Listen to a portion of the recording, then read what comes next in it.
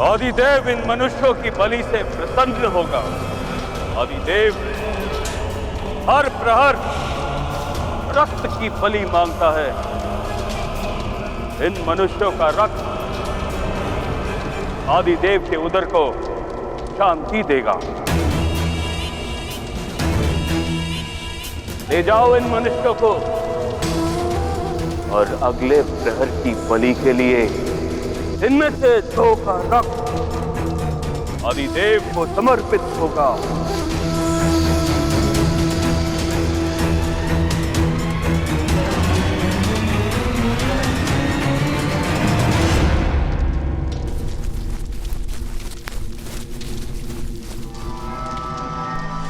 माता, आप चिंता मत कीजिए। प्रातःकाल हमें उन वनवासियों से अवश्य मुक्त करा देंगे।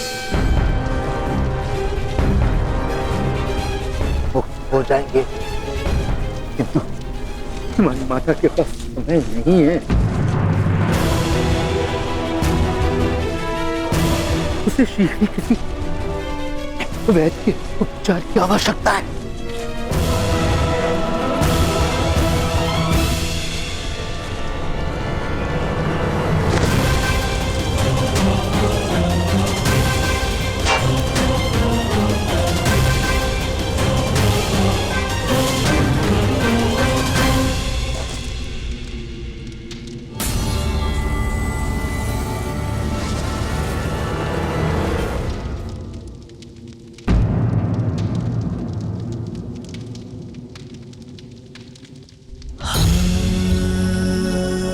मेरी माता के प्राणों की रक्षा कीजिए। उन्हें वैद्य की आवश्यकता है। उनके प्राण संकट में है। प्राण तो तुम्हारे भी संकट में है बालक। मैं तुम्हारा वध कर सकता हूं। क्या तुम्हें भय नहीं लगता? मुझे भय मेरी माता की मृत्यु का है। यदि मेरी मृत्यु से मेरी माता के प्राणों की रक्षा हो सकती है तो मेरे प्राण ले लीजिए, किंतु उन्हें वैद्य की आवश्यकता है। मेरी माता बहुत पीड़ा में। मूर्ख बालक, आदिदेव बलि मांगता है, रक्त मांगता है। तुम्हारी माता की पीड़ा अब केवल आदिदेव ही शांत कर सकता है।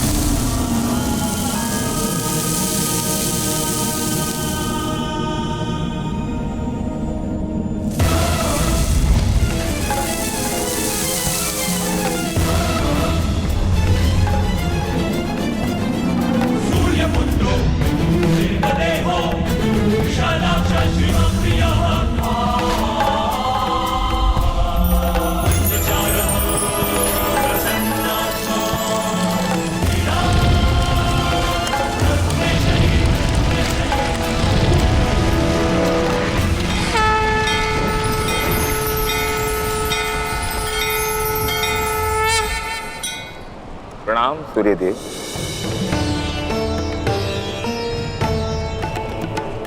आपका पुत्र कर्ण इतनी विपत्तियों का सामना क्यों कर रहा है भगवान सूर्यदेव? सोना पिघल कर कुंदन बनता है, जल भाप बनकर शुद्ध होता है, और शक्तियां संघर्षों के कारण ही सामर्थ्य में परिवर्तित होती हैं पुत्र शनि।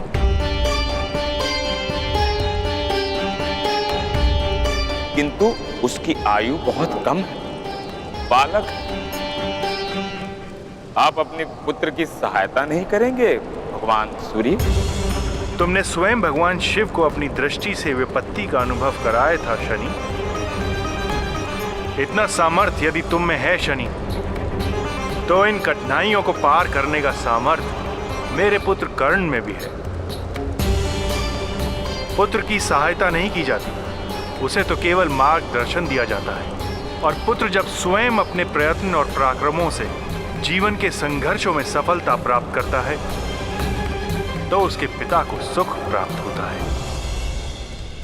सहायता करने का कार्य तो भाई का होता है ना। तुम अपने भाई की सहायता नहीं करोगे? वही तो कर रहा हूं पिताश्री।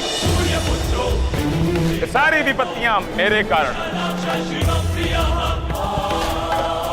कर्ण के भाग्य में मेरी दृष्टि से 7.5 वर्ष की कठिनाइयां लिखी हैं। आज मैं उसकी अंतिम परीक्षा लूंगा। जीवन और मृत्यु का अंतिम खेल होगा आज।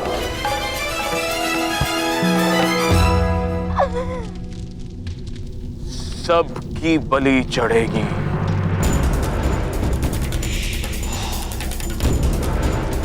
ले जाओ इसे। नहीं, मेरी माता बहुत पीड़ा में है। मेरी माता को मुक्त कर दीजिए। छोड़ दो मुझे। आप मेरी माता की पीड़ा समझ क्यों नहीं रहे? आप मेरी मृत्यु कर दीजिए।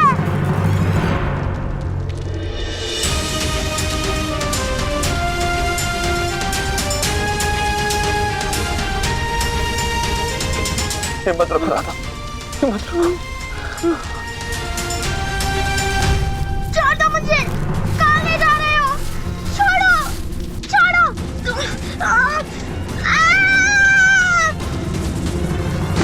पिताश्री।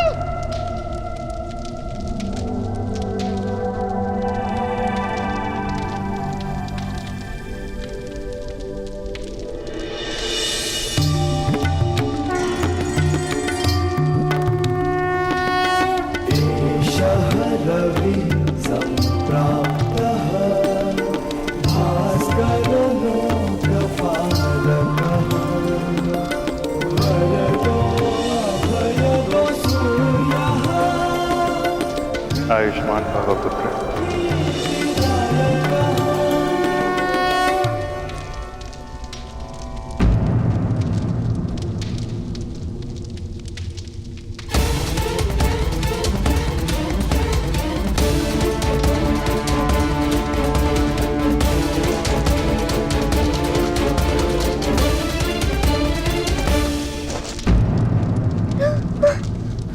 माता, नहीं, नहीं, नहीं माता, नहीं, नहीं माता, नहीं।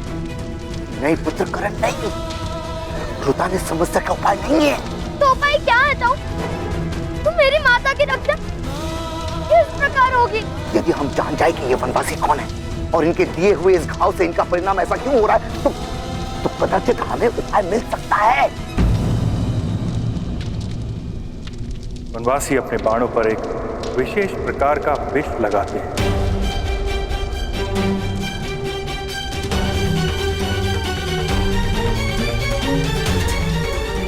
इस विष के कारण ही तुम्हारी माता की ऐसी दशा हुई है। प्रातःकाल सूर्य की प्रथम किरण जब तुम्हारी माता को स्पर्श करेगी तो उसकी मृत्यु हो जाए, उसकी मृत्यु हो जाए, उसकी मृत्यु हो जाए। प्रत्येक विष का कोई ना कोई उपचार होता है ब्राह्मण देव। होता है महोदय, किंतु इस कारागार के भीतर नहीं। तो यदि आपको इनके प्राणों की रक्षा करनी है तो आपको शीघ्र ही इन्हें यहां से ले जाना होगा। इस वन के पार एक पर्वत है, सप्तदल। उस पर्वत की चोटी पर सूर्य की प्रथम किरण से एक विशेष प्रकार की दिव्य औषधि उत्पन्न होती है। केवल उसी औषधि से तुम्हारी मां के प्राण बचाए जा सकते हैं।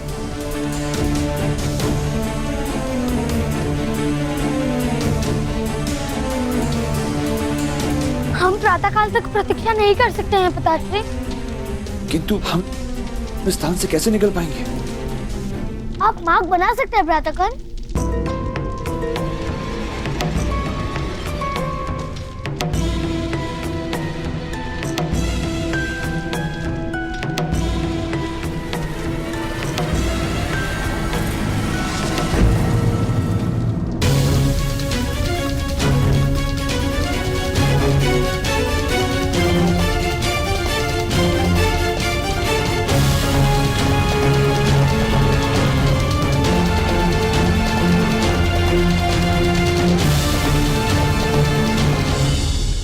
यदि तुम मुझे अपनी माता कहना चाहते हो तो ये लो कुल्हाड़ी, तोड़ दो अपना धनुष।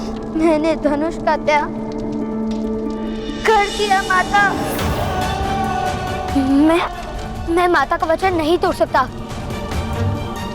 पुत्र कर्ण, इस समय तुम्हारे माता के प्राण संकट में हैं।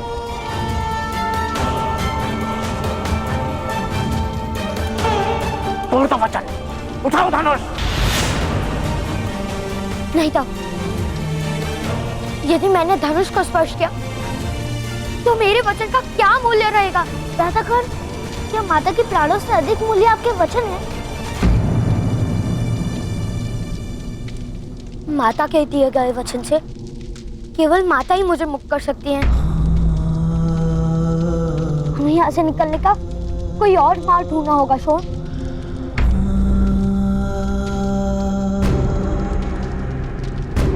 आदिदेव को बलि देने का वक्त हो गया है। जाओ, जाकर उसकी माता को ले आओ।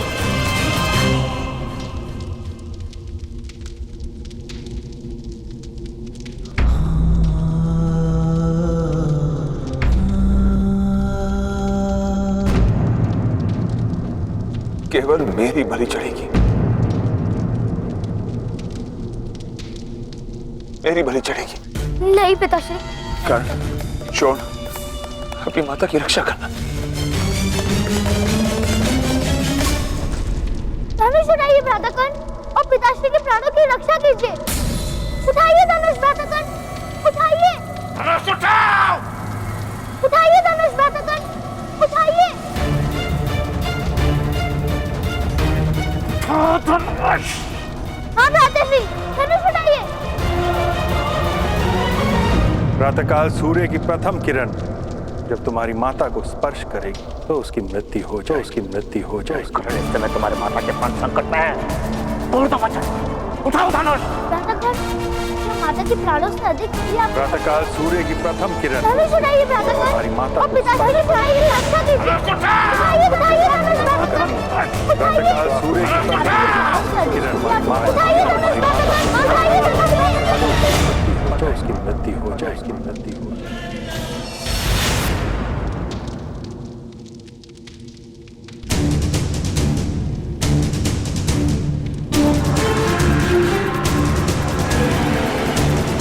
मुझे क्षमा कर दीजिए माता, मैं अब आपका वचन तोड़ने जा रहा हूँ।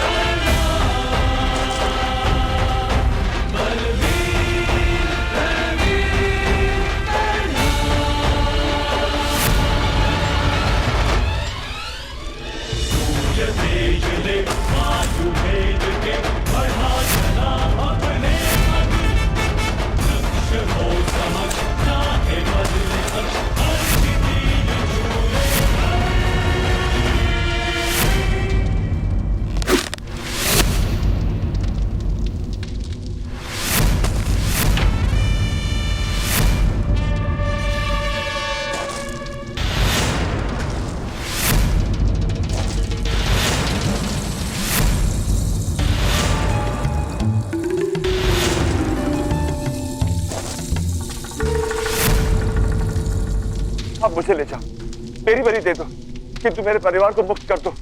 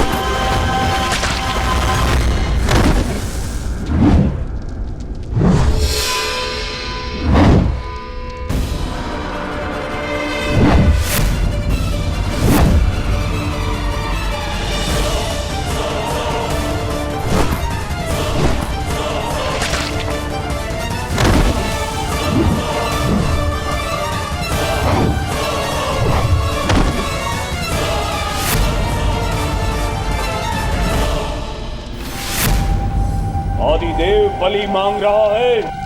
कहाँ है बलि? यहाँ है बलि।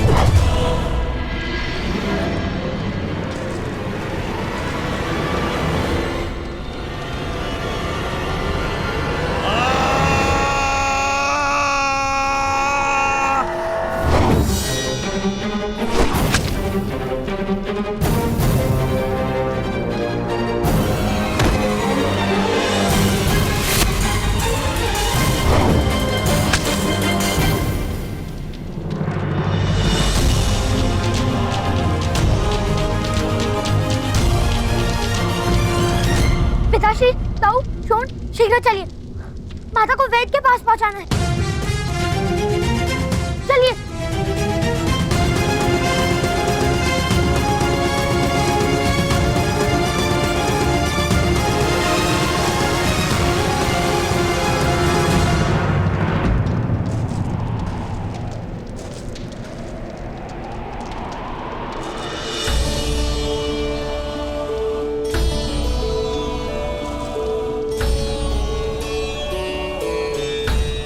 चलिए बाबा। तुम सब जाओ वत्स। मेरे कारण तुम्हारे प्रवास की गति धीमी हो जाएगी।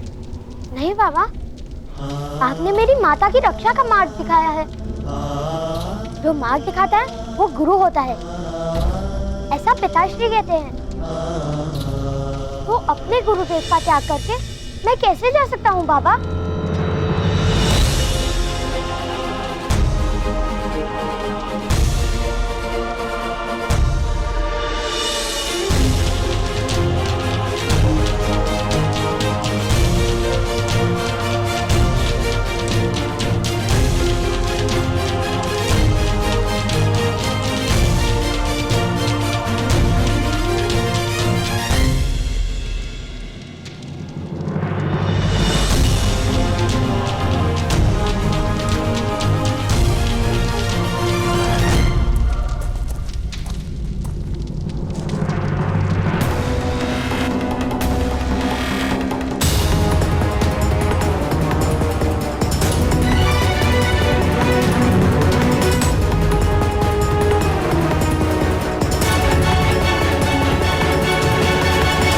ये किस प्रकार संभव है मदनजय महोदय? एक बालक ने सारे वनवासियों को पराजित कर दिया। एक बालक ने नहीं मूर्ख, एक बालक ने नहीं, गांधार के सेनापति मदनजय ने यह संभव किया है। मदनजय ने।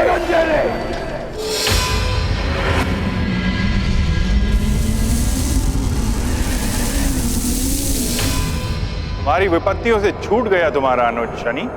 अभी मेरी दृष्टि उस पर है पिताश्री।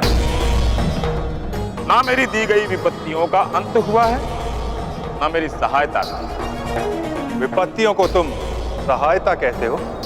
अवश्य पिताश्री। शक्तिमान मनुष्य की असफलता का कारण क्या है? अधीरता।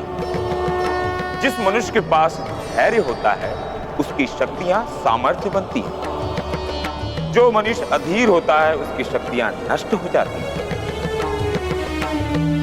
कर्ण को मैं विपत्तियां देकर उसे धैर्य सिखा रहा हूं। वही मेरी सबसे बड़ी सहायता है पिताजी। किंतु तुम्हारी प्रत्येक विपत्ति का समाधान वो निकालता रहेगा पुत्र शनि। अब उसके मार्ग में कौन सी विपत्ति लाने की इच्छा है?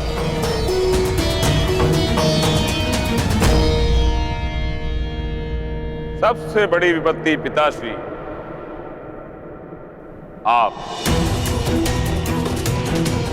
आपकी पहली किरण यदि कर्ण की माता को स्पर्श करेगी तो उनकी मृत्यु हो जाएगी।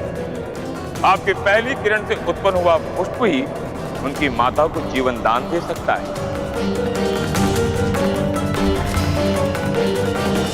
आप ही अपने पुत्र की सबसे बड़ी विपत्ति हैं पिताश्री। क्या आप अपने पुत्र के लिए अपनी गति को रोकेंगे?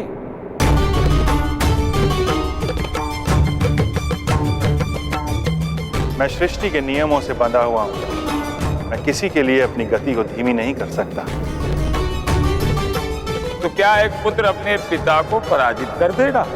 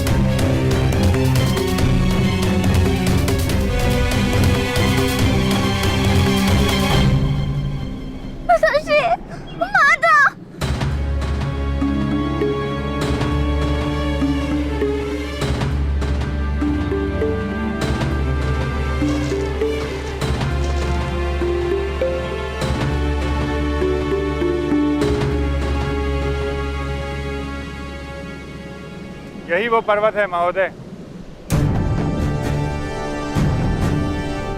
यहाँ पूर्व से सूर्य नारायण का उदय होता है।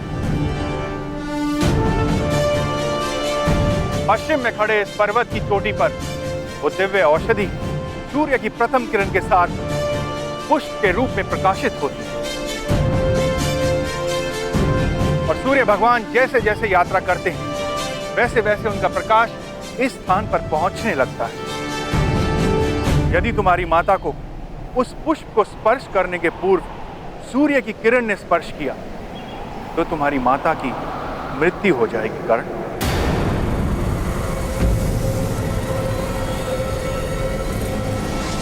यदि भगवान सूर्य की किरणों से भी तेज दौड़कर कोई उस दिव्य औषधि को यहां लाएगा तो इनके प्राणों की रक्षा हो सकती है।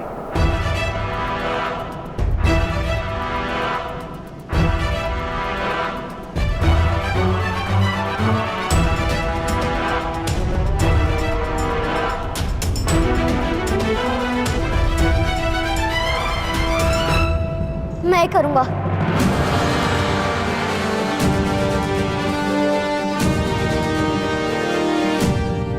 मैं प्रातःकाल से वो औषधि अवश्य लेकर आऊंगा। किंतु प्रथम किरण के साथ उत्पन्न होने वाली औषधि को प्राप्त कर रोगी तक पहुंचना असंभव है।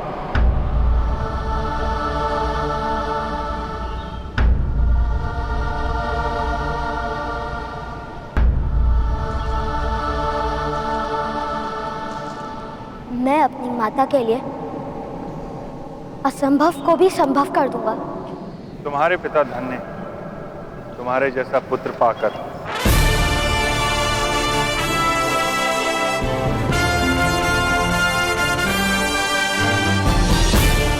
विजयी भव कर्ण।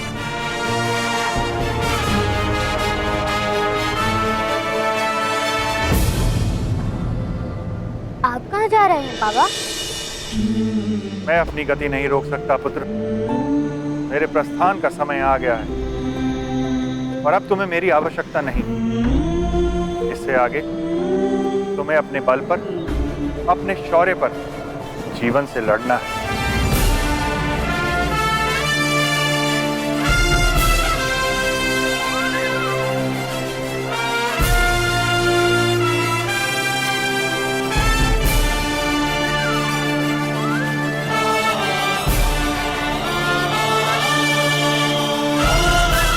आयुष्मान भव।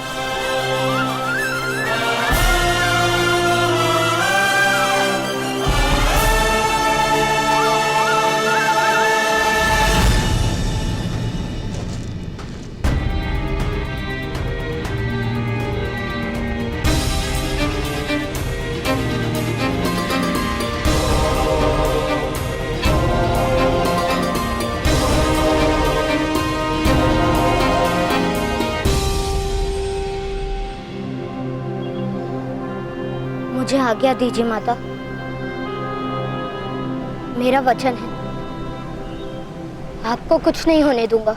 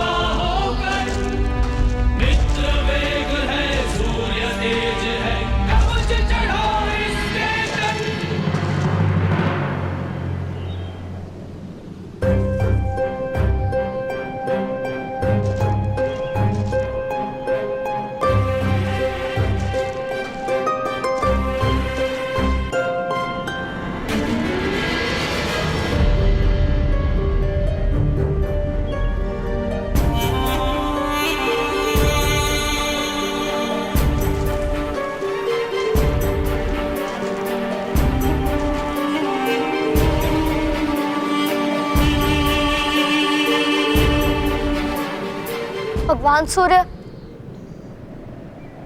अपनी प्रथम किरण से मेरे माता के प्राणों की रक्षा कीजिए।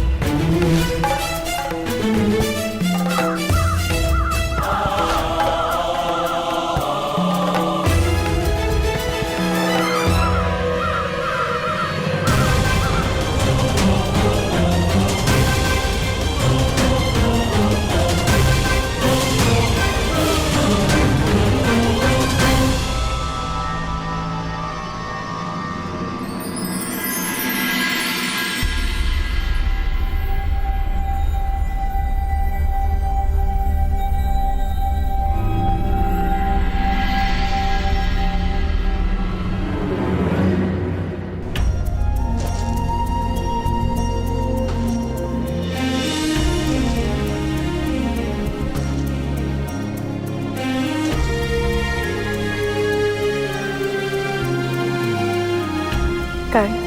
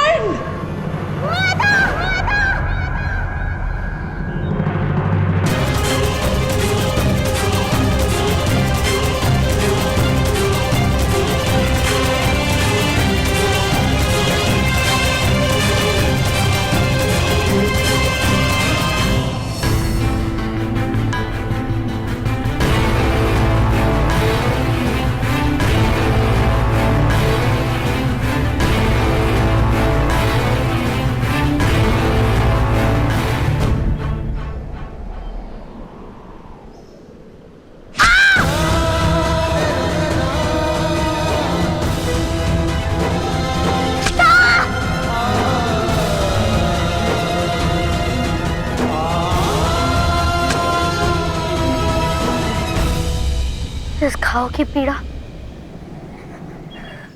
मुझे मेरी माता की पीड़ा का स्मरण दिलाती रहेगी। इस घाव की पीड़ा मेरी आंखों में केवल आंसू लाएंगे।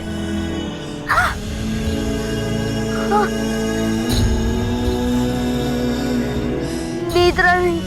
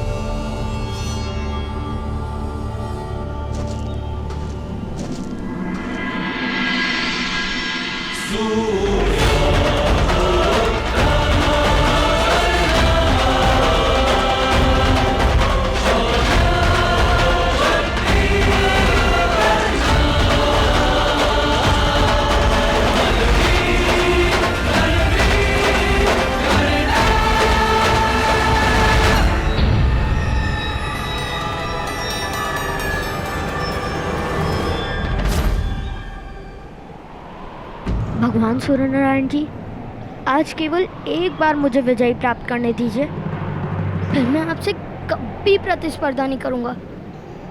एक बार विजयी होने दीजिए, एक बार।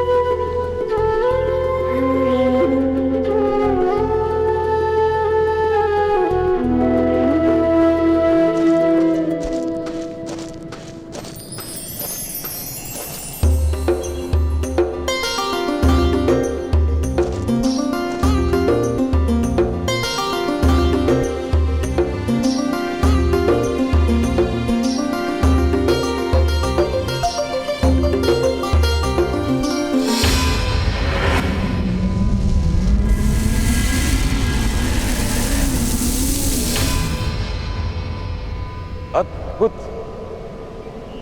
आपका यह पुत्र वास्तव में दिव्य है। धैर्य, सामर्थ्य और आत्मविश्वास का बहुमूल्य संगम है इसके हृदय में। मेरा पुत्र अपने पराक्रमों से संसार में अमर होगा शनि।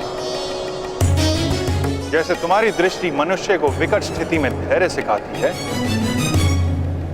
कर्ण का चरित्र मनुष्य को संघर्ष की प्रेरणा देगा।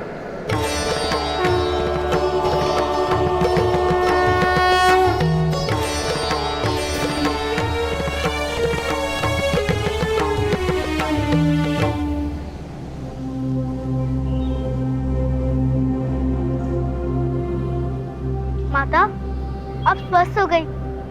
भ्रातागण, माता स्वस्थ हो गई। राधा, मनुष्य से संभव नहीं था ऐसा प्रयत्न कर्ण ने कर दिया आज।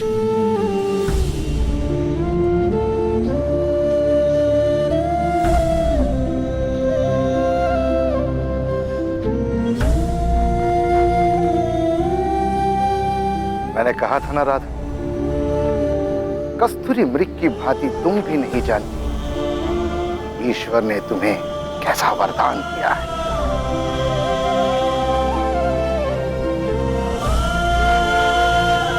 आर्य,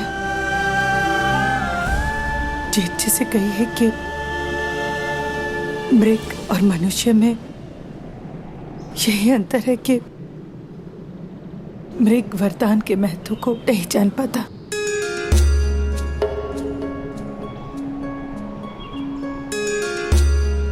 किंतु देर देरी सही मनुष्य इसका महत्व जान जाता है।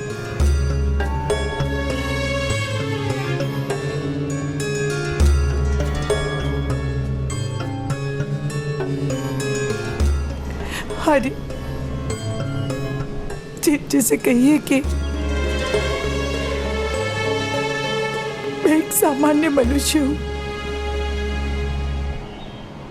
और इस सामान्य मनुष्य को इतने बड़े वरदान का उत्तरदायित्व लेने से भय लगता है।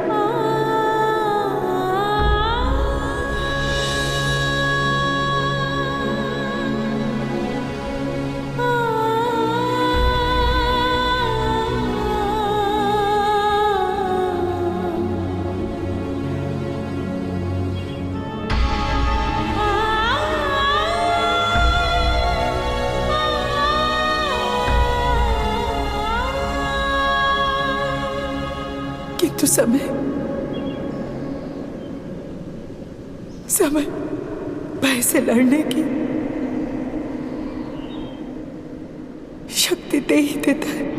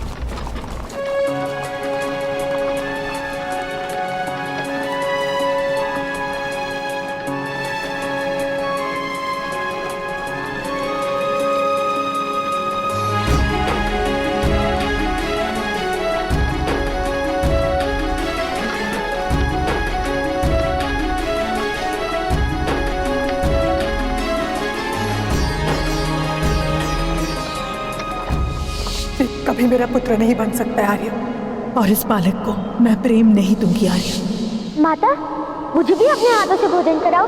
कोई आवश्यकता नहीं।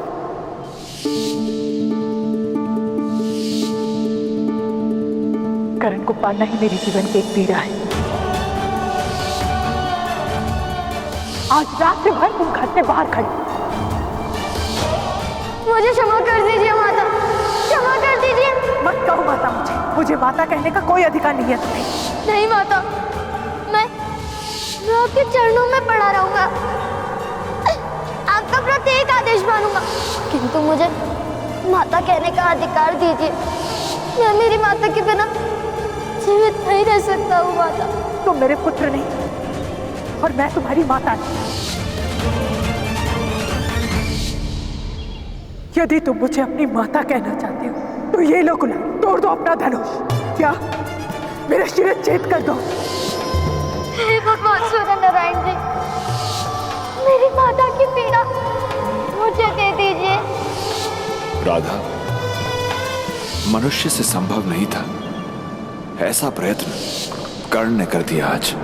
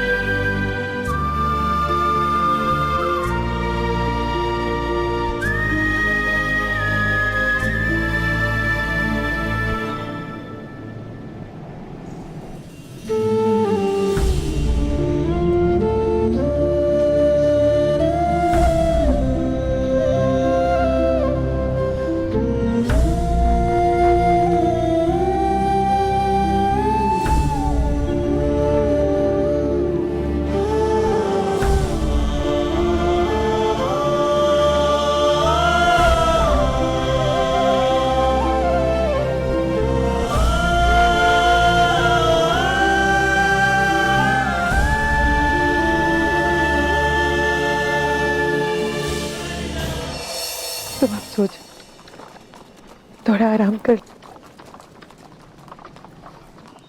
नगर आने में समय।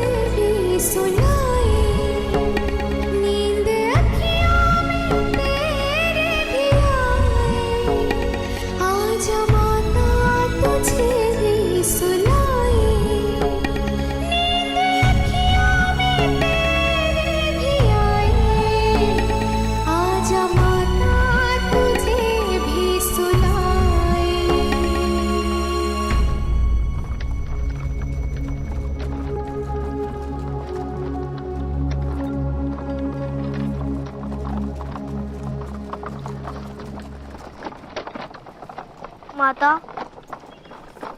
यदि आपकी लोरी खत्म हो गई है तो मैं सो जाऊं? नींद उड़ा दी मेरी आपने गाकर। चुप।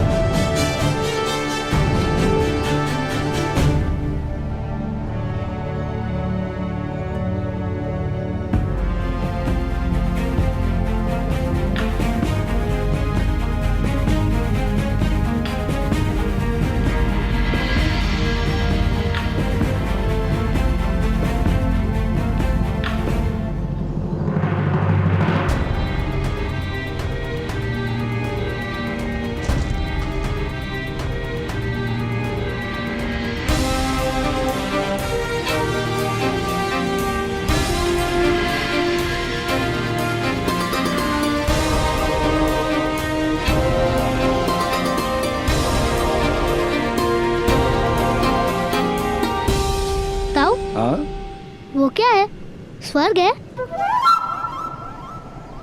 स्वर्ग के दर्शन तो मृत्यु के पश्चात होते हैं शोन।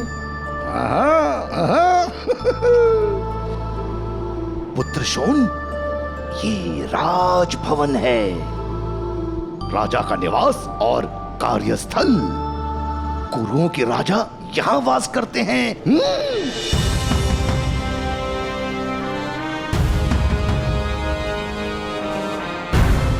राजा इतने बड़े भवन में रहते हैं तो देवता कितने बड़े भवन में रहते होंगे ताऊ?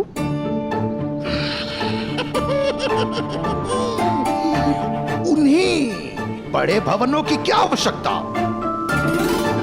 जो अपने आकार से संतुष्ट नहीं होते, वो बड़े भवन बनाते हैं। राजा का भवन राष्ट्र का सम्मान होता है, उसका विशाल होना ही आवश्यक है। भ्राताश्री, बालकों को संतोष सिखाइए, संघर्ष नहीं। संतोष सिखाया नहीं जाता धीरज, संतोष तो स्वयं हृदय में जन्म लेता है। पर तुम कहो तो मैं तुम्हारे पुत्रों को भय अवश्य सिखाऊंगा। भय को पालना नहीं, उसे मार गिराना चाहिए ताऊ। वाह वाह पुत्र, तुमने तो मुझे प्रसन्न कर दिया। तुम्हारा यही भय को मार गिराने का स्वभाव तुम्हें दिव्य बनाता है। देखो, श्वान की ओर पत्थर फेंको तो श्वान पत्थर की ओर भौंकता है, परंतु सिंह की ओर पत्थर फेंको तो सिंह पत्थर फेंकने वाले पर कूदता है। और तुम वास्तव में सिंह हो।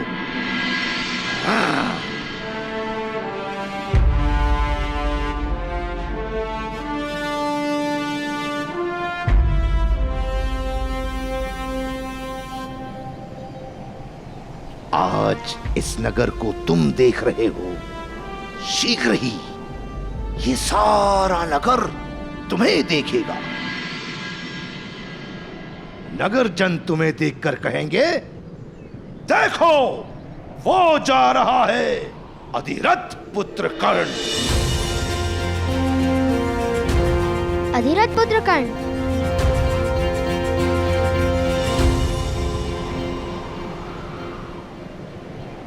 राधे कर्ण, राधे कर्ण।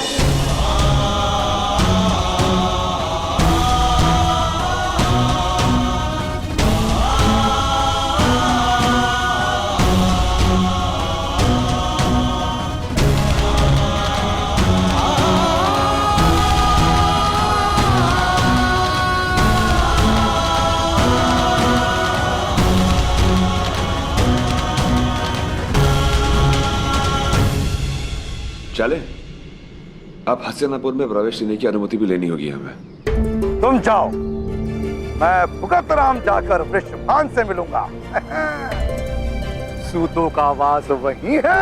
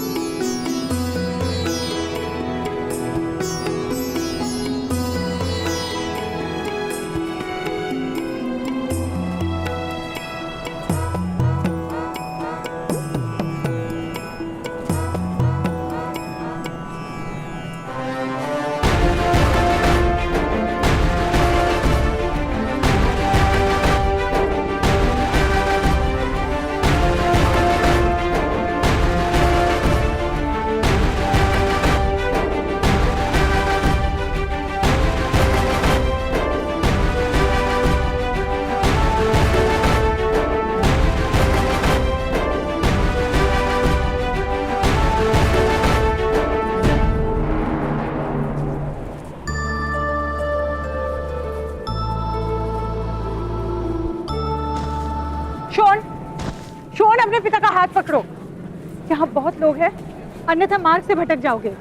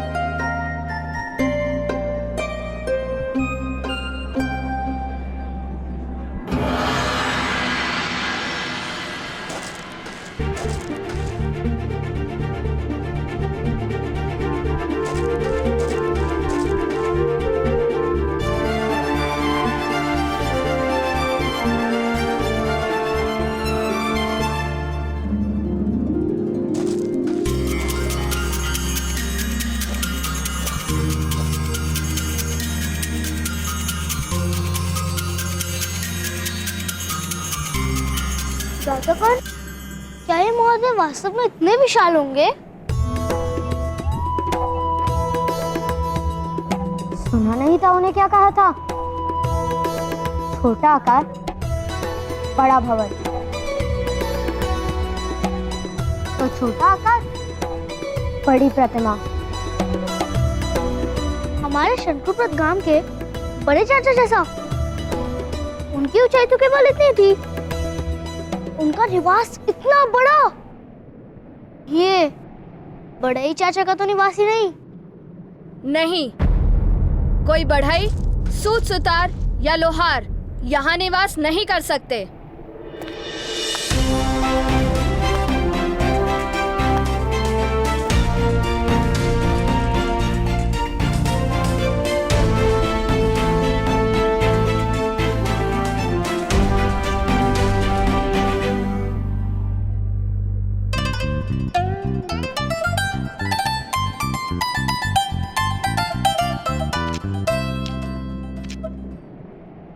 राजभवन में केवल क्षत्रिय ही निवास कर सकते हैं। किंतु कैसे जाना जा सकता है कि कौन सूत है और कौन क्षत्रिय? उनके मुख पर क्या कोई चिन्ह होता है? क्षत्रियों के मुख पर तेज होता है और उनके हाथों में शस्त्र होता है। तुम क्षत्रिय हो? नहीं, किंतु इस समय तो तुम भी क्षत्रिय नहीं। तुम्हारे हाथ में शस्त्र जो नहीं और मुख पर तेज भी नहीं, भ्राताश्री।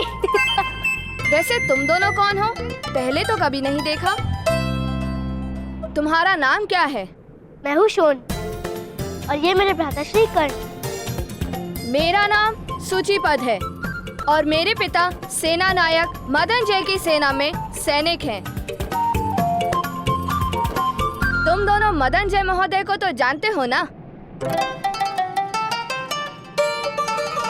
बहुत बड़े वीर हैं वो। अभी अभी आदिवन से 5 वनवासियों को बंदी बनाकर लाए हैं और गांधार के राजा शकुनी के हाथों उनका सम्मान होने वाला है। आदिवन? वहाँ के वनवासी तो पाताल में उतर गए। तुम किस प्रकार जानते हो? हम भी आदिवन से ही आ रहे हैं। वनवासियों ने हमें भी बंदी बना लिया था, किंतु हम मुक्त होकर आ गए। ओह, तब तो तुमने मदन जय महोदय का पराक्रम तो देखा ही होगा। हमारे महाराज धृतराष्ट्र नेत्रहीन है ना, इसलिए मदन जय महोदय अपने पराक्रम के बारे में सुना रहे हैं उन्हें। चलिए माता, हम भी सुनते हैं। नहीं, शोन माता ने साथ रहने को कहा है।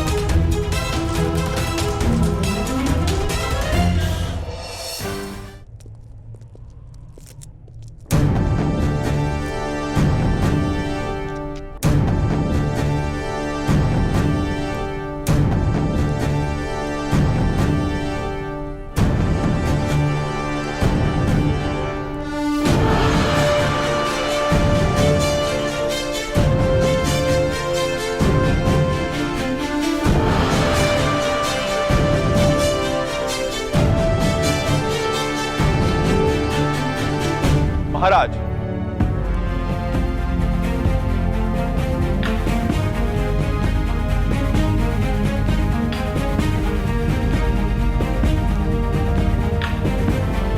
बड़ा विकराल था वो वन।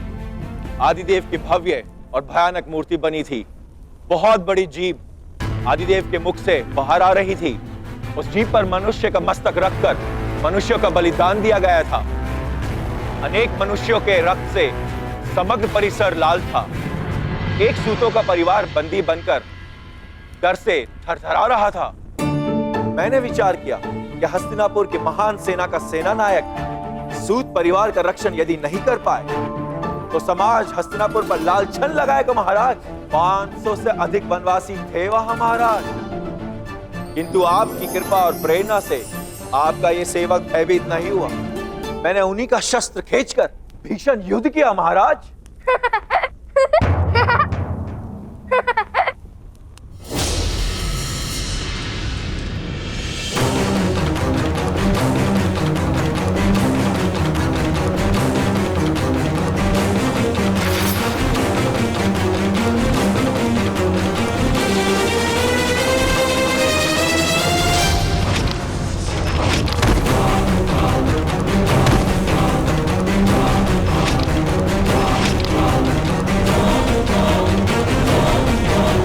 कौन है?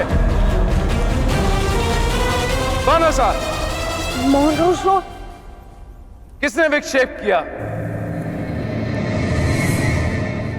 क्षमा कर दीजिए महाराज, मेरा भाई कुछ अधिक हंसता है।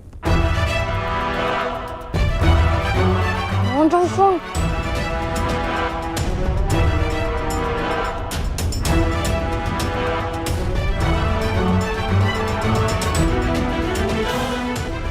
किंतु तुम हंसे क्यों बालक?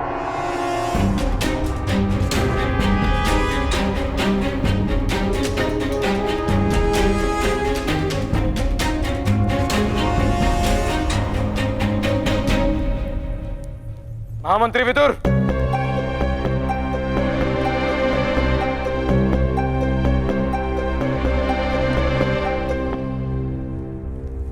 जी महाराज।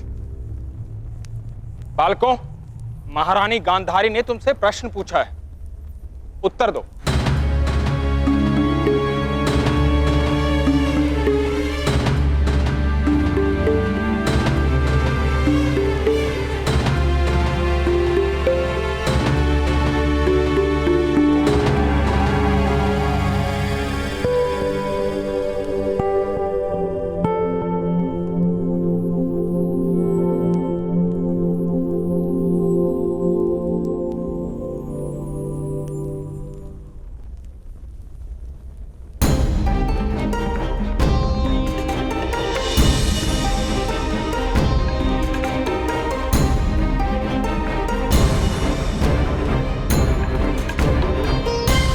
उत्तर दो बालक, तुम हंसे क्यों?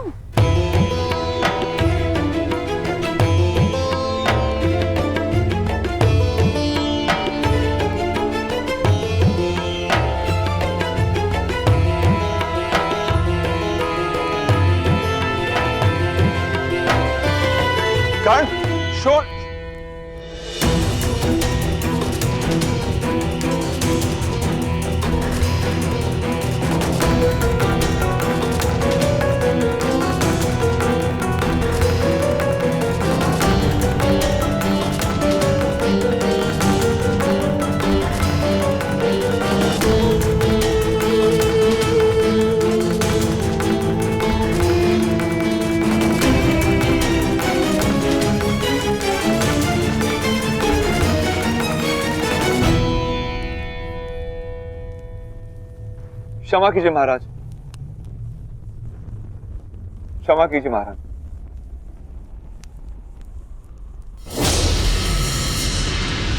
ठहरिए।